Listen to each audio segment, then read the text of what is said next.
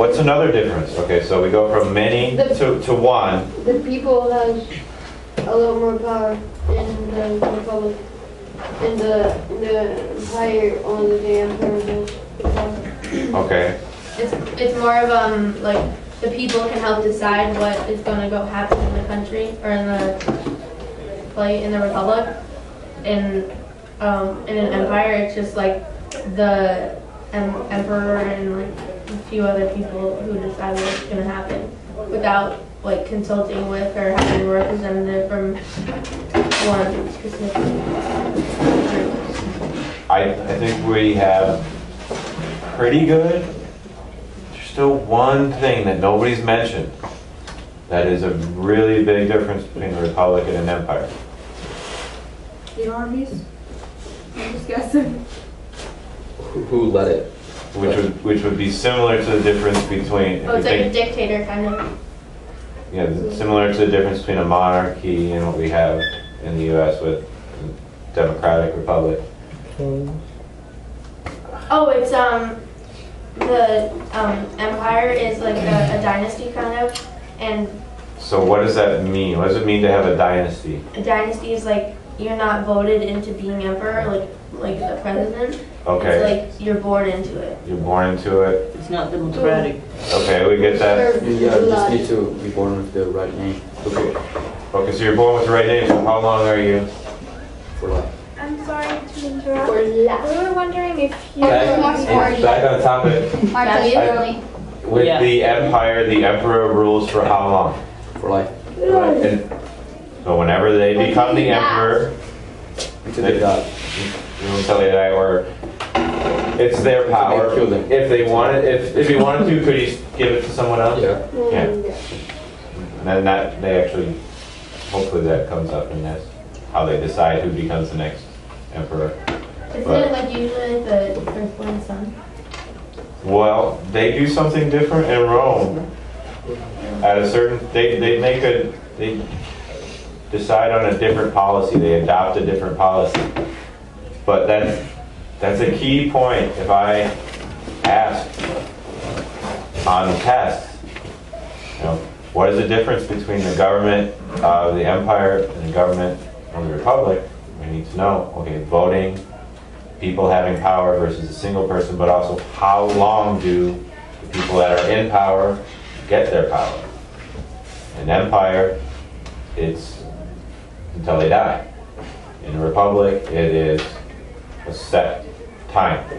Years, 2 years, 4 years. Even in the case of Caesar, they gave him the dictatorship for 10 years, right? You learned that yesterday? Yeah. But they set it for a specific time period. So now that we understand the basic differences, what else do we have? Well, how was the republic born? Okay.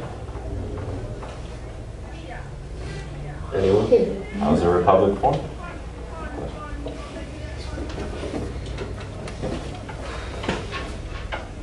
Y'all read the chapter. You know this. Pablo? Well, we can just do this. So There was a first how king. did Rome get its republic? Okay.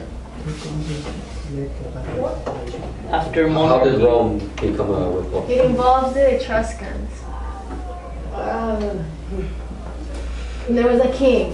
What else should I say? Isn't it like when there's like a king and they like revolt and they overthrow the king, and then like in Rome they didn't want to have the Etruscan king to rule anymore because like he was making unfair decisions and favoring the Etruscans, and so they decided that they didn't want to have a monarchy anymore because they can get out of hand. Okay, so that's how they got rid of the Etruscan king, but how did they, The people decide on a decided republic, not instead of like, making a Roman king? Because they wanted They wanted a fair choice.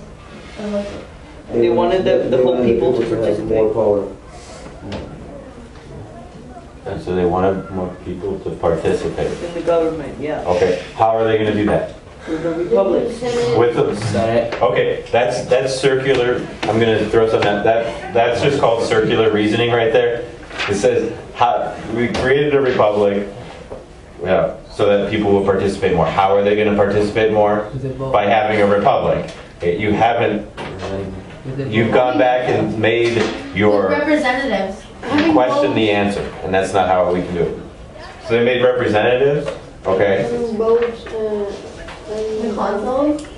the Senate, the two consuls, have only one can be We have- power.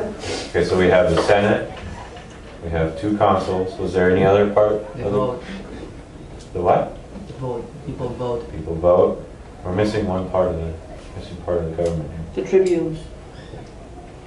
here. Tribunes. What were the tribunes? They represented the plebeian. That's right. You gotta define that for me. Who are the No. plebeians? They represented the poor or the plebeian. Servants. The common man. Okay.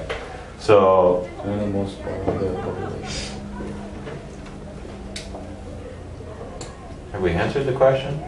Do we know how the republic formed now? Yeah, I think that's how we got it. You think that's how we did? I think we answered it. Okay. It's pretty good. So then First and then second, and last, but sorry to be last, it's just a drawing, I don't know. It's a Mona and John, okay? Anybody else have to go today? Did you print it or sorry? Martha, you're not on my side. So you... Okay, guys.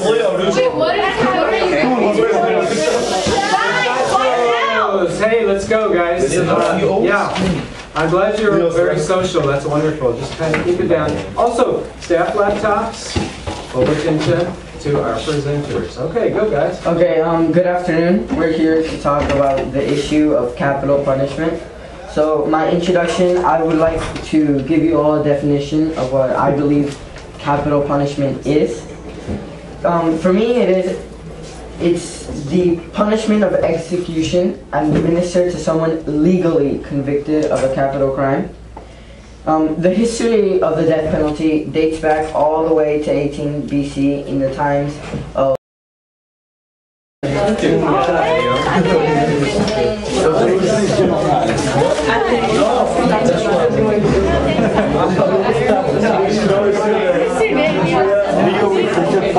was waiting for their conclusion too. I thought they were. That was their conclusion, yeah. Okay, everybody. All right, we need to vote. Remember, this is not your opinion whether they should or shouldn't have it. This is who is the most convincing. Okay, we'll start with